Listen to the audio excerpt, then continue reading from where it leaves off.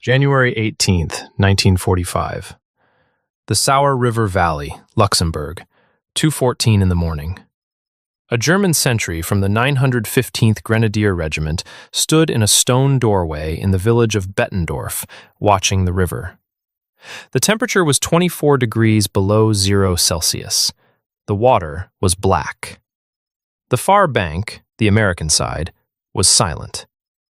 He had been told the same thing every German soldier on the Western Front had been told since Normandy. Americans do not attack at night. It was not a guess. It was not a rumor. It was an observation confirmed across 7 months of continuous combat, from the hedgerows to the Siegfried Line. American infantry attacked at dawn. They attacked at noon. They attacked in the late afternoon when their fighter bombers could still find targets. But when the sun went down, the fighting stopped. Every night, like clockwork, German commanders had built their entire defensive rhythm around this single fact. Night was when they moved reserves forward.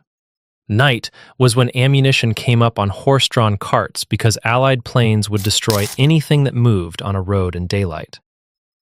Night was when exhausted lancers rotated out of forward positions and replacements rotated in. Night was when a battalion commander could finally look at a map without wondering if the next sound would be the whistle of a 105mm shell. Night was the only time the German army on the Western Front could breathe. The sentry in Bettendorf stamped his boots against the cold. He had no reason to watch the river with any particular urgency. His platoon had been in position for weeks. The Americans across the water sent patrols, small ones, 4 or 5 men in white camouflage, but they always went back. They always went back. Then he heard a sound he could not identify, a low, rhythmic scraping, wood against water, coming from everywhere at once. By 2:30, his entire platoon was standing with their hands above their heads. They told their captors they had never had a chance to fire a shot. If this story helps you see what American soldiers achieved, a like and a subscription help it reach the families who carry their legacy. That is all I will ever ask. Here's the thing you need to understand about what happened on the Sauer that night. It was not a fluke. It was not a desperate gamble by a single, reckless officer. It was the product of a system, a division that had spent 8 months turning the American Army's greatest tactical weakness into a weapon the Germans had no answer for. But to understand how that happened, you need to understand why the weakness existed in the first place. Because the Germans were right. Americans did not attack at night. And there was a very specific reason. The United States Army's field manuals from the early 1940s treated night attacks the way a hospital treats experimental surgery. Theoretically possible, practically discouraged. Manuals at company, battalion, and regiment level devoted pages to the difficulties. The loss of visual control, the risk of friendly fire, the impossibility of maintaining unit cohesion in darkness. They listed every reason a night attack could fail, and almost none of the reasons it could succeed. Doctrine required extensive preparation before any night operation could even be considered. Daylight reconnaissance of the objective, guides posted along the route, rehearsals, full rehearsals, in terrain that resembled the target area. In the grinding daily combat of Normandy, where a battalion might attack 3 times in a single week, no commander had the time, the energy, or the staff to plan an operation that complex on top of everything else. So American infantry fought during the day. And every night, they stopped. The Germans noticed immediately. A post-war analysis noted that after the Normandy landings, there was usually a lull in the fighting during the nights. Only the Germans used the dark to launch attacks. And the Germans used it brilliantly. For tactical regroupings, unit transfers, the forward movement of replacements and supplies, movement into defensive positions, disengagement, and retreat.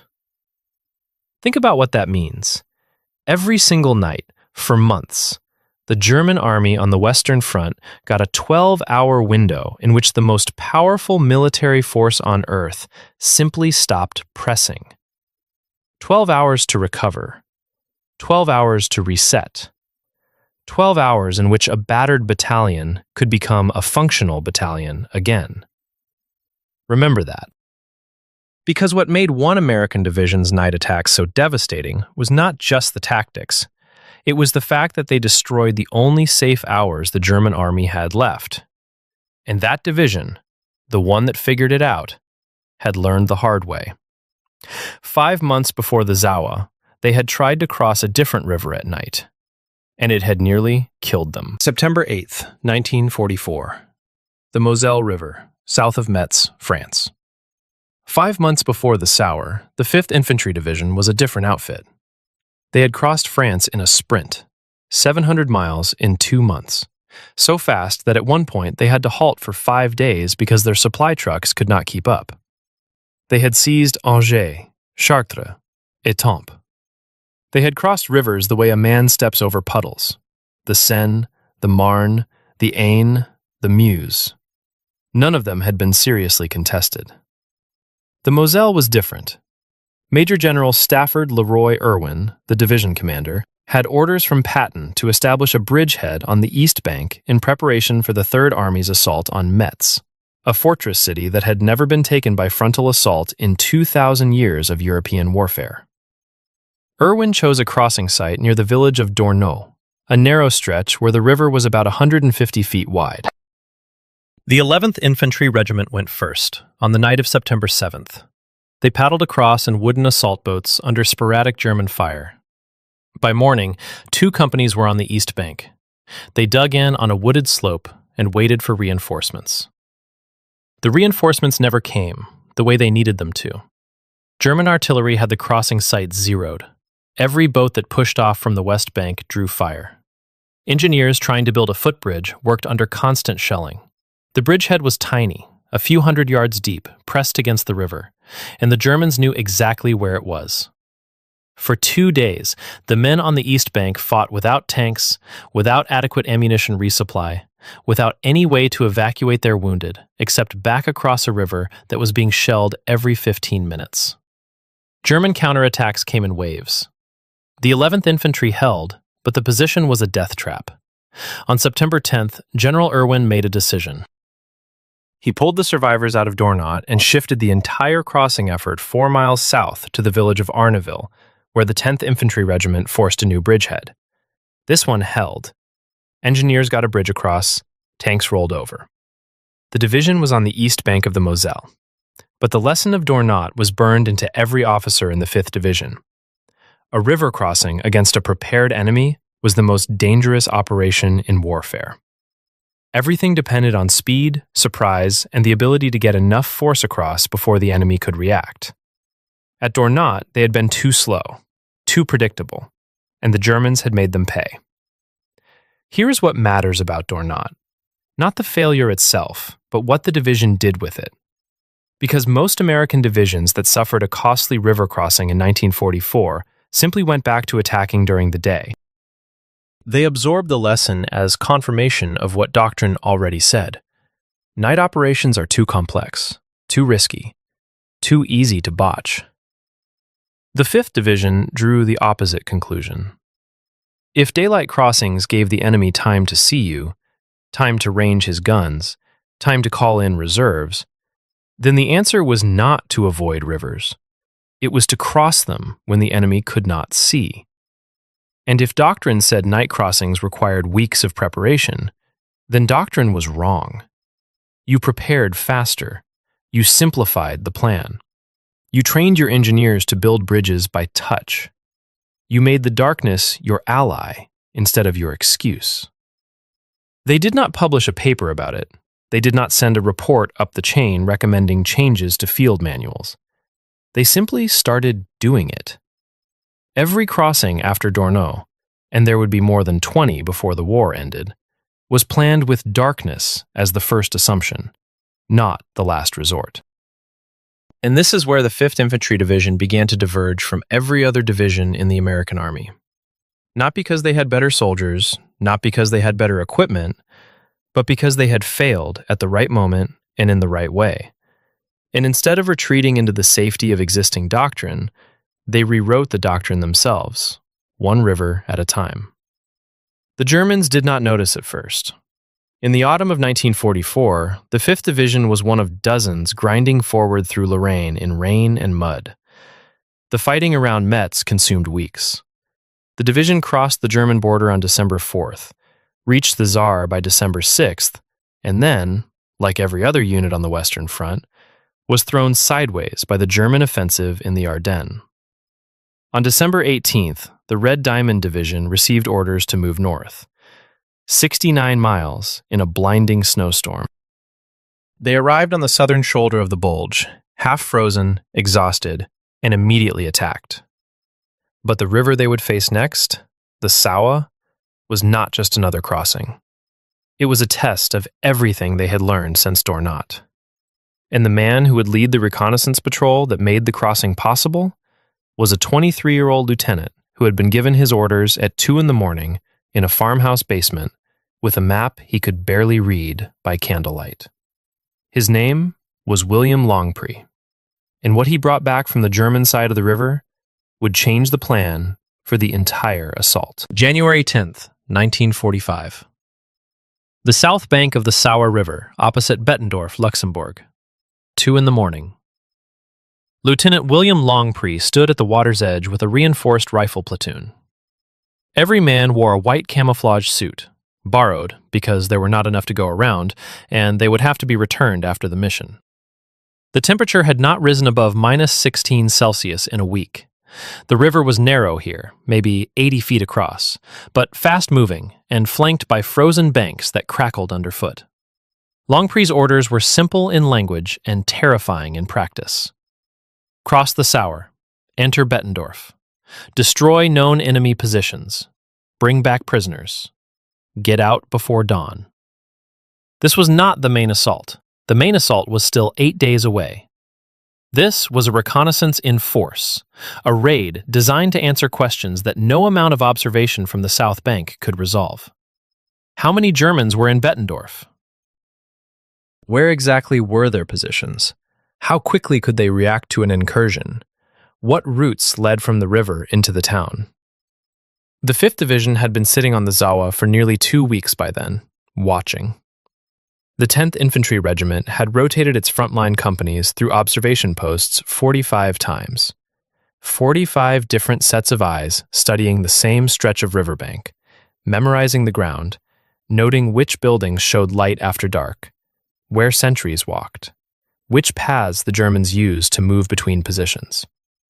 45 rotations, not because they lacked information, but because General Irwin wanted every rifle company in the regiment to know the terrain the way a man knows the hallway to his own kitchen. This was the lesson of Dornot made operational. At Dornot, they had crossed a river they barely knew, into ground they had not studied, against an enemy whose positions they had not mapped. The result was 2 days of slaughter in a pocket the size of a football field. 4 months later, on the Sauer, no company would cross a river it had not personally observed for days. Longpre's platoon slipped across in the darkness. The banks were frozen enough to hold a man's weight. They entered Bettendorf from the west, moving in 2 groups through streets they had studied on maps and aerial photographs until the routes were memorized. The town was quiet. A German sentry spotted them and opened fire. Longpre's men cleared the house, then cleared another quarter of the village, moving fast, pulling Germans out of basements and cellars. 90 minutes after crossing, they were back on the south bank with their prisoners and without a single casualty. That raid did 2 things. First, it confirmed the intelligence the division needed for the main crossing. The German 915th Grenadier Regiment was holding Bettendorf with platoon-strength outposts, spread thin, with reserves too far back to intervene quickly.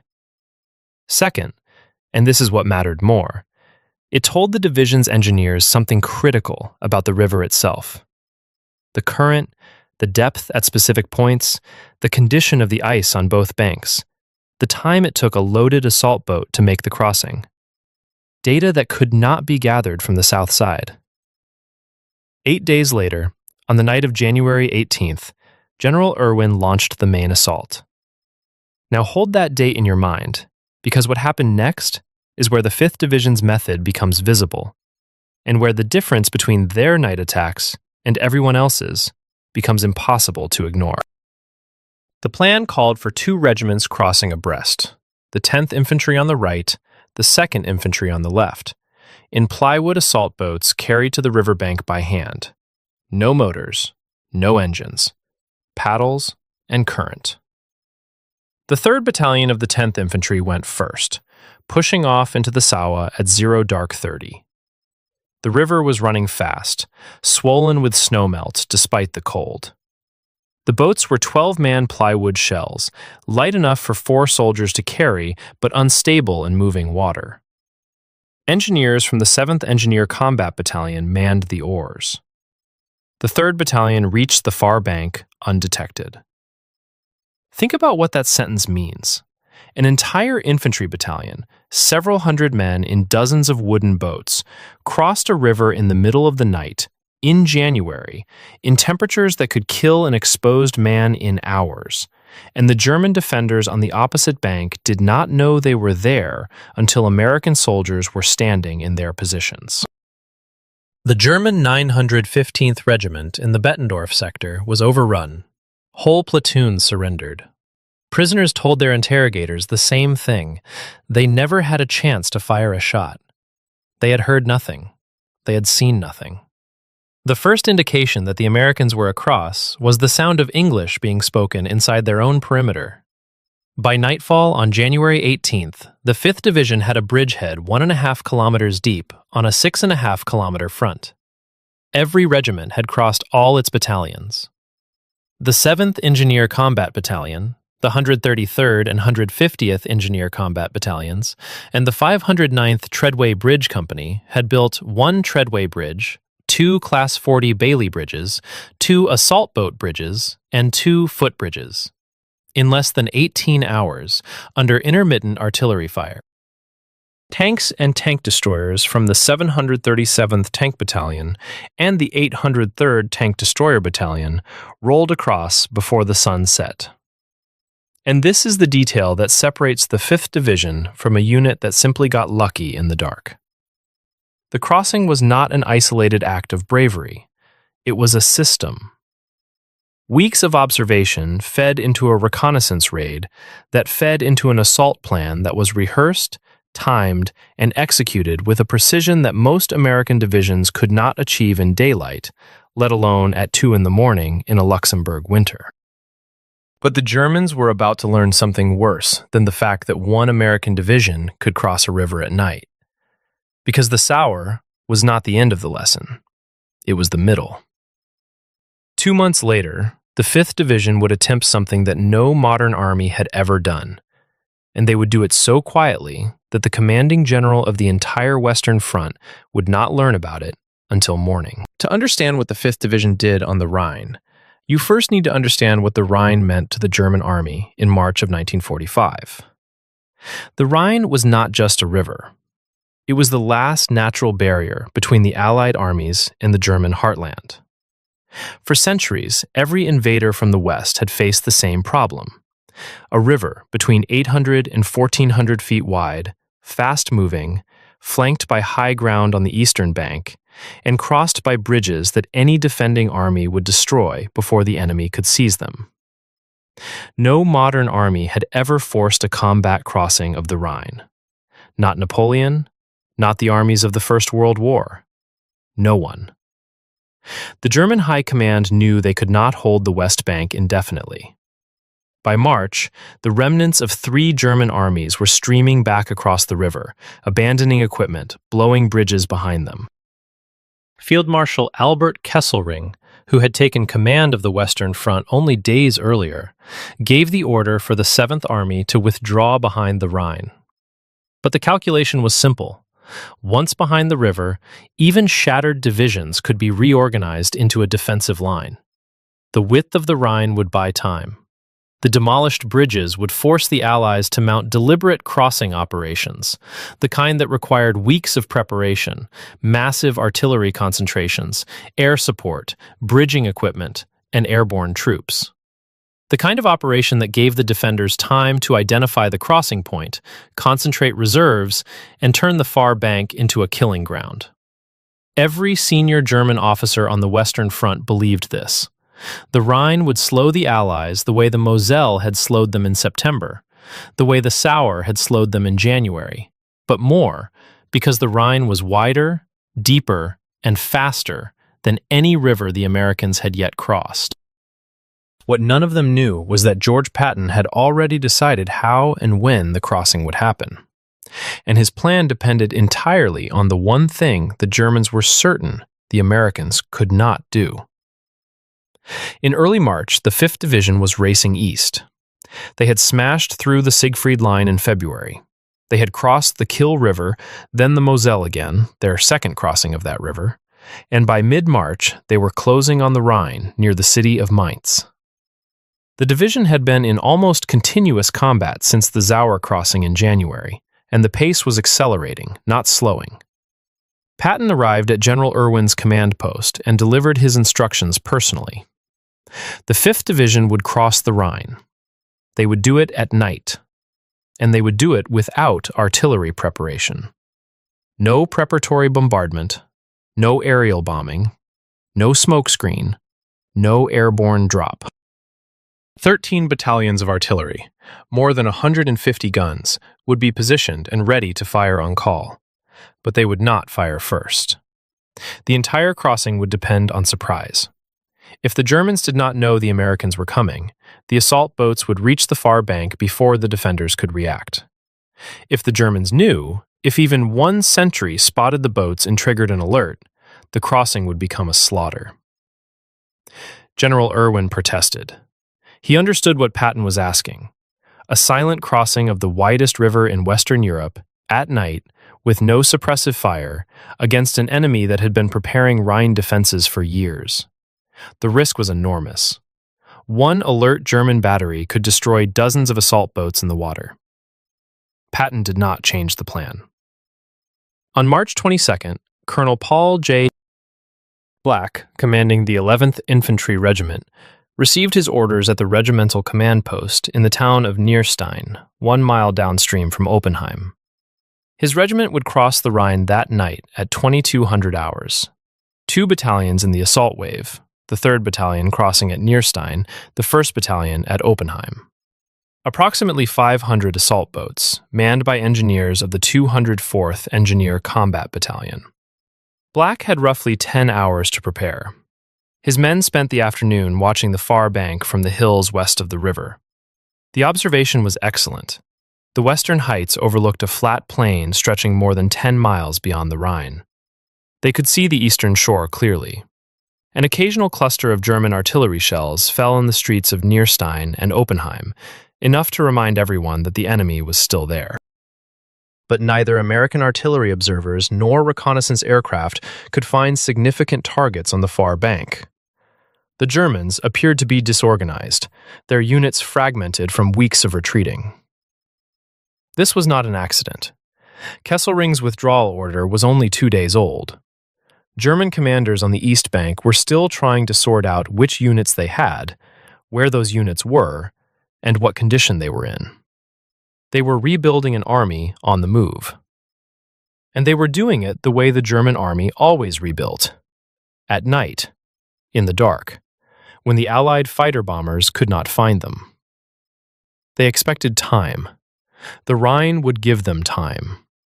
The Americans would need days, maybe weeks, to bring up bridging equipment, coordinate air support, plan the bombardment. That was how river crossings worked. That was how the British were planning their crossing. Field Marshal Montgomery's Operation Plunder, scheduled for the night of March 23rd, involved 4,000 artillery pieces, 16,000 paratroopers, and a ground force of 80,000 men. The Germans on the Rhine knew about Plunder. They could see the buildup. They could hear the aircraft. They were preparing for it. What they were not preparing for was 500 plywood boats sliding into the water 12 miles south of Mainz in total silence, 24 hours before Montgomery fired his first gun.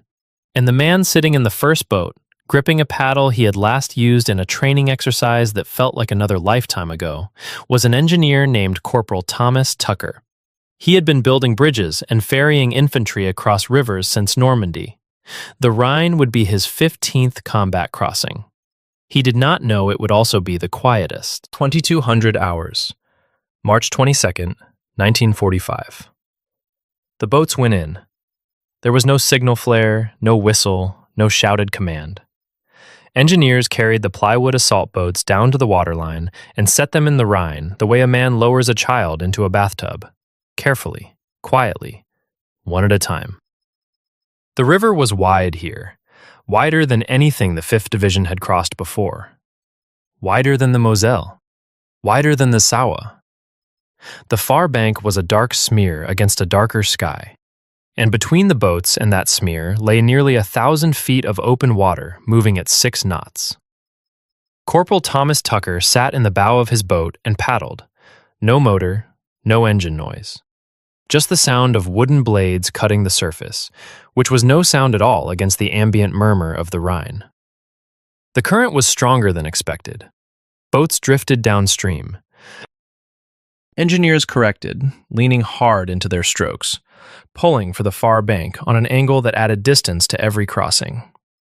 12 men per boat, 500 boats.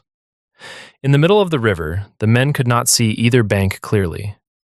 They were suspended in blackness, moving across a void, with nothing to orient them except the direction of the current and the fading skyline behind them.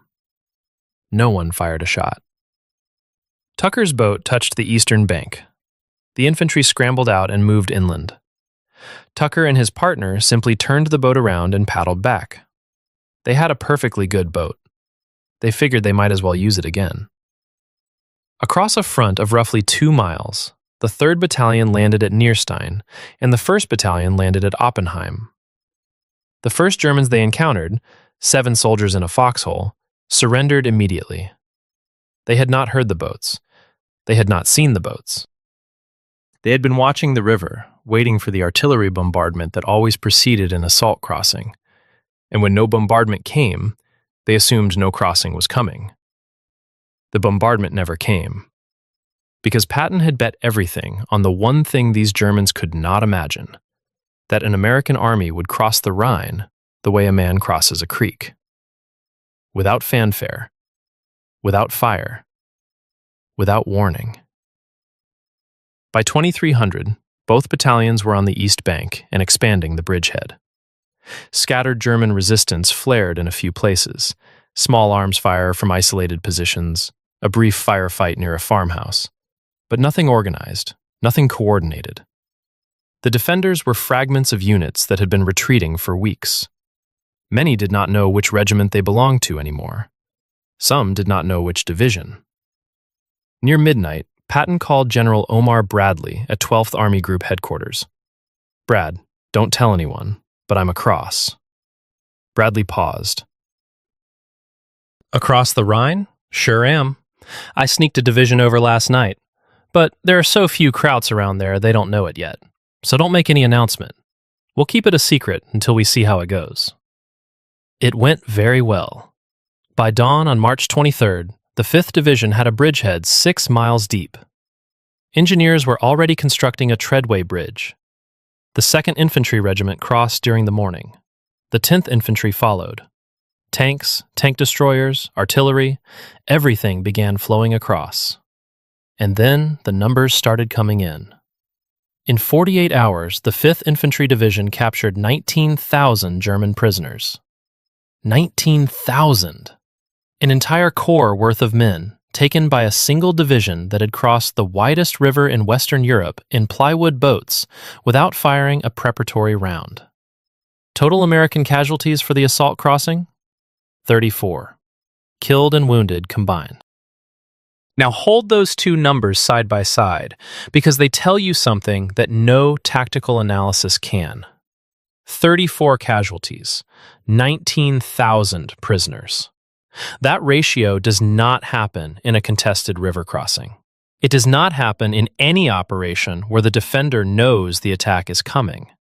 It happens only when the defender has been so completely surprised that his entire defensive system, communications, reserves, artillery, command, collapses before it can engage. The 5th Division achieved this not through superior firepower, not through air superiority, not through numerical advantage. They achieved it through silence.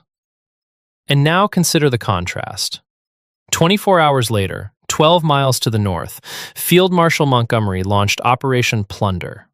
4,000 artillery pieces opened a bombardment that lasted 4 hours. 16,000 paratroopers of the American 17th Airborne and British 6th Airborne Divisions dropped onto the East Bank in the largest single-day airborne operation in history. 1,600 transport aircraft, 1,300 gliders, nearly 900 escort fighters darkening the sky. 80,000 British and Canadian troops crossed the river under the protection of the most massive fire support operation since D-Day. It worked. Plunder was a success. The East Bank was secured, but the cost was 6,781 casualties, nearly 200 times what the 5th Division had suffered at Oppenheim. Montgomery had used the full weight of industrial warfare: artillery, air power, airborne, engineers, logistics, to force a crossing that the 5th Division had accomplished with wooden boats and darkness. Both crossings achieved their objectives, but one of them proved something that would haunt German veterans for the rest of their lives. The Americans did not need the bombardment. They did not need the aircraft. They did not need the paratroopers. They needed only the thing that the German army had always believed was its own domain. They needed the night. And they had taken it. There is a question that the crossing at Oppenheim does not answer by itself. A surprise attack, even a brilliant one, is a single event. It shocks, it succeeds, it ends. Soldiers who survive a surprise attack recover from it. They adjust. They prepare for the next one. What the Germans could not recover from was not the surprise. It was what the surprise destroyed. Go back to the autumn of 1944.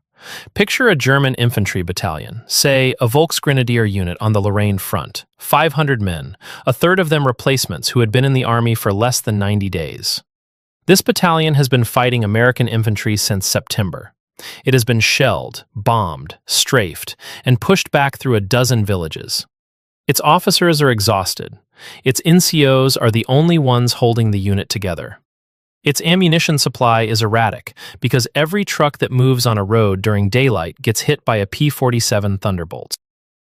But every evening at dusk, something happens. The shelling thins. The fighter bombers go home. The American infantry stops advancing and digs in for the night. And for the next 12 hours, this battalion can function. The company commanders can visit their platoons. Wounded men can be carried to the rear. A hot meal can come forward, sometimes. Ammunition bearers can move along communication trenches without being seen. Engineers can lay mines in front of positions that were too exposed to approach during the day. This rhythm was not optional. It was the German army's circulatory system on the Western Front.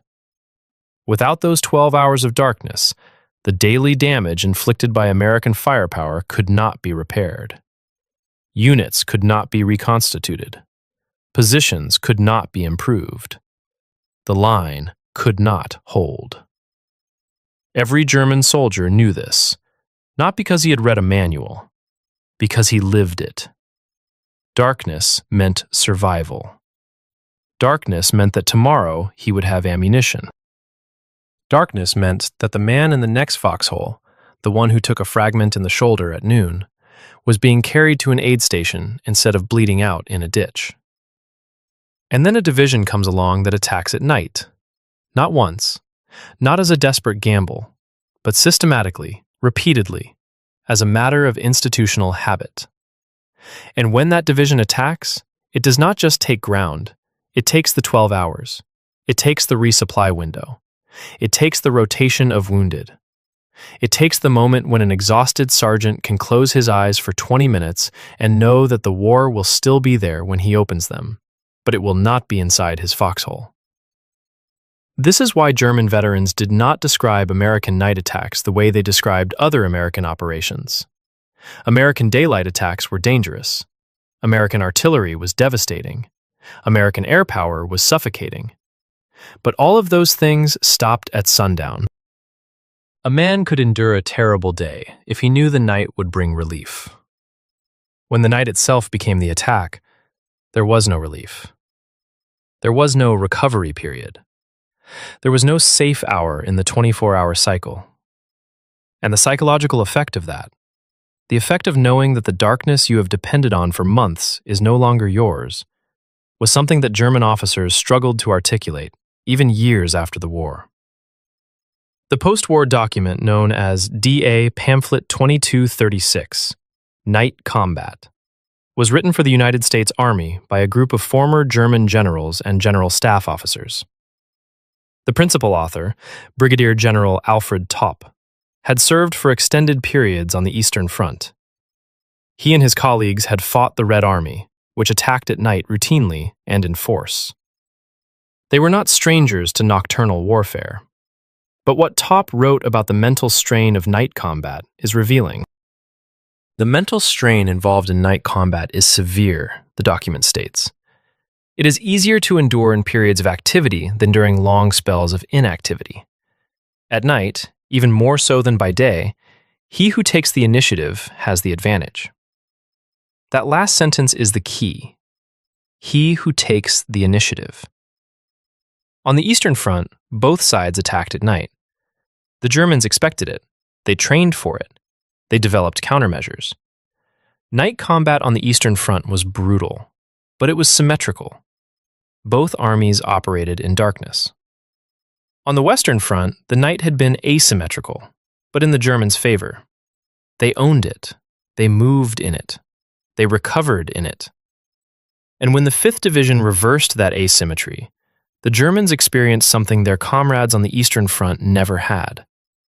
Not just night combat, but the loss of sanctuary. And the 5th Division did not merely cross rivers in the dark.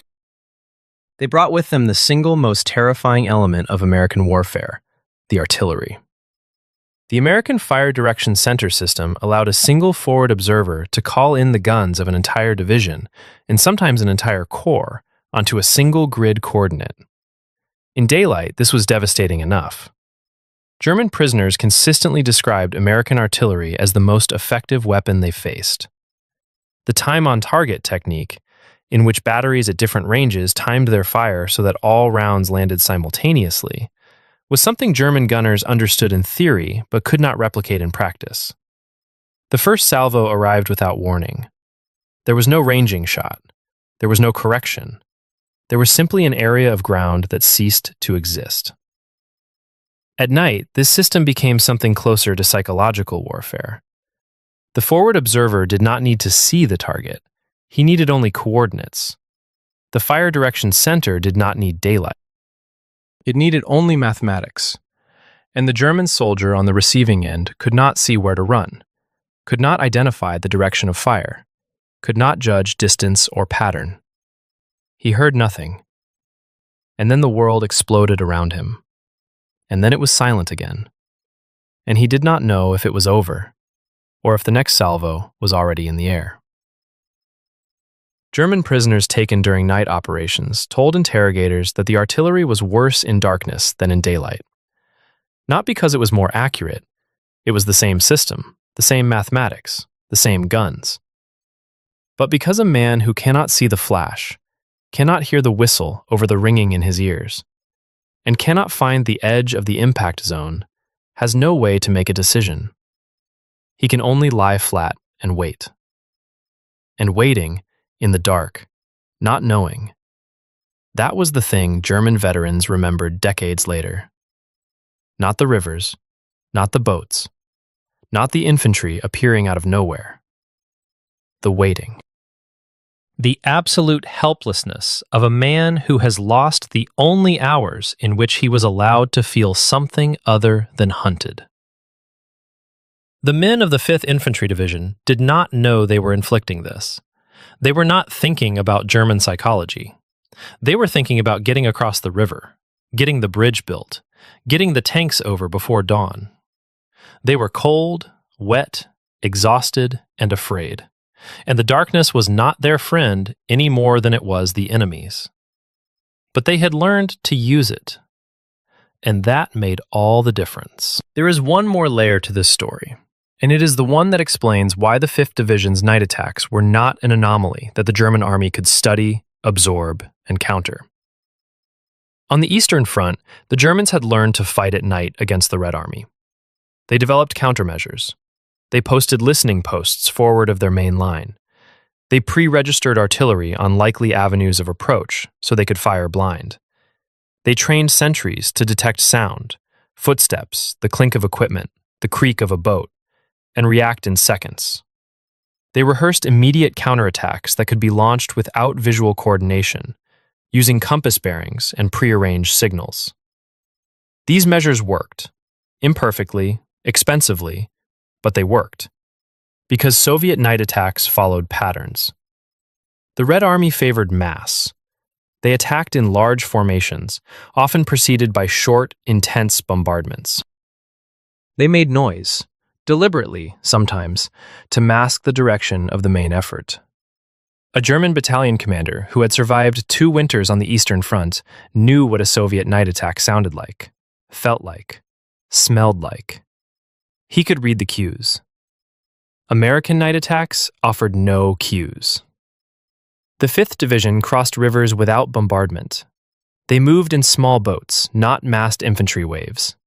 They used no signal flares, no whistles, no shouted orders. Their engineers built bridges with hand tools, driving nails with muffled hammers, speaking in whispers. Their artillery sat silent until called.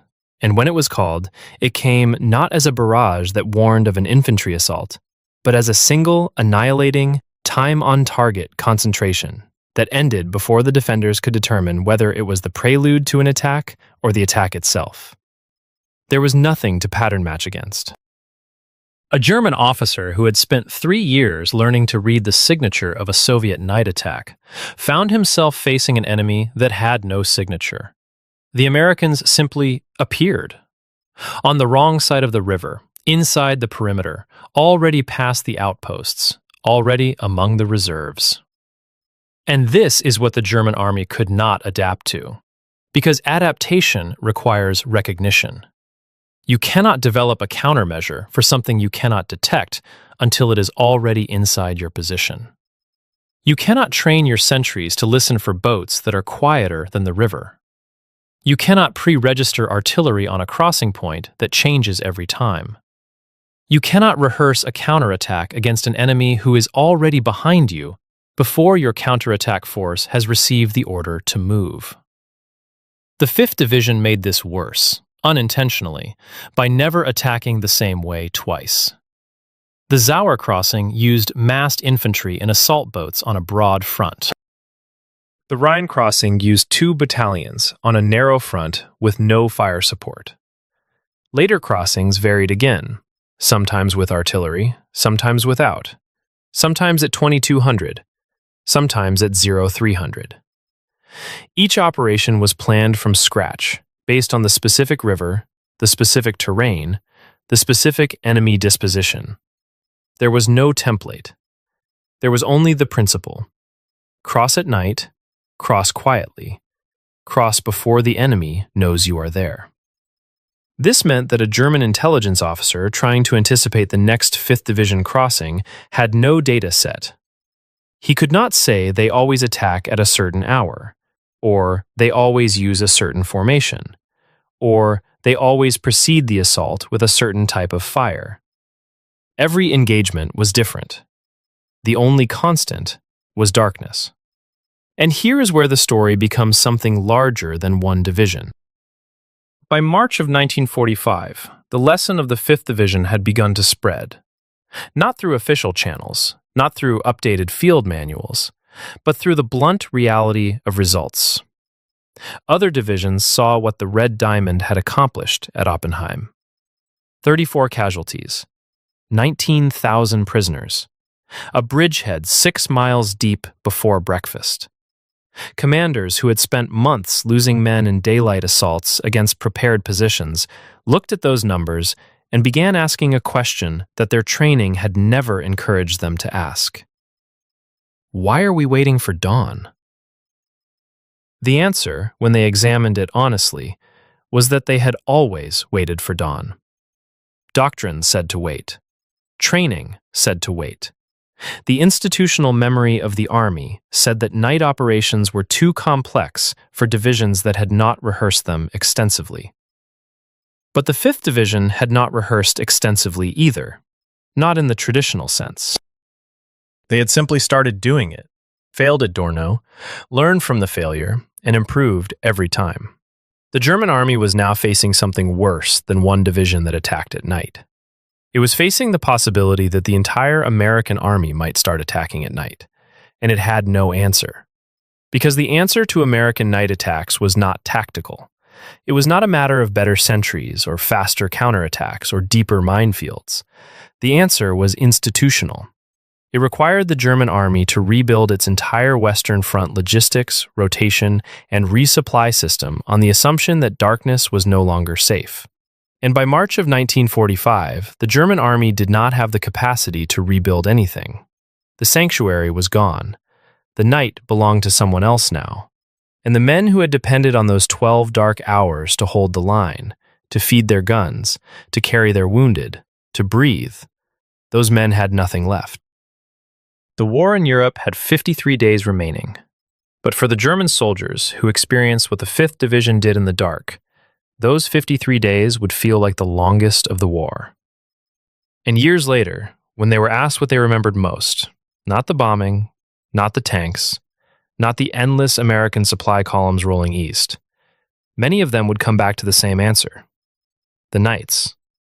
The nights were the worst. Go back to the Sauer. January 18th, 1945. The sentry from the 915th Grenadier Regiment, the one standing in the stone doorway in Bettendorf, watching a river he had been told no one would cross. He heard the scraping of wood against water. He tried to shout. By 2:30, he was standing with his hands above his head, and the war, his war, was over. He was one of the lucky ones. The 5th Infantry Division finished the war deep inside Czechoslovakia, across the Vltava River, moving northeast when the ceasefire order came on May 8, 1945. They had been in continuous combat for 304 days. They had crossed 25 rivers under fire.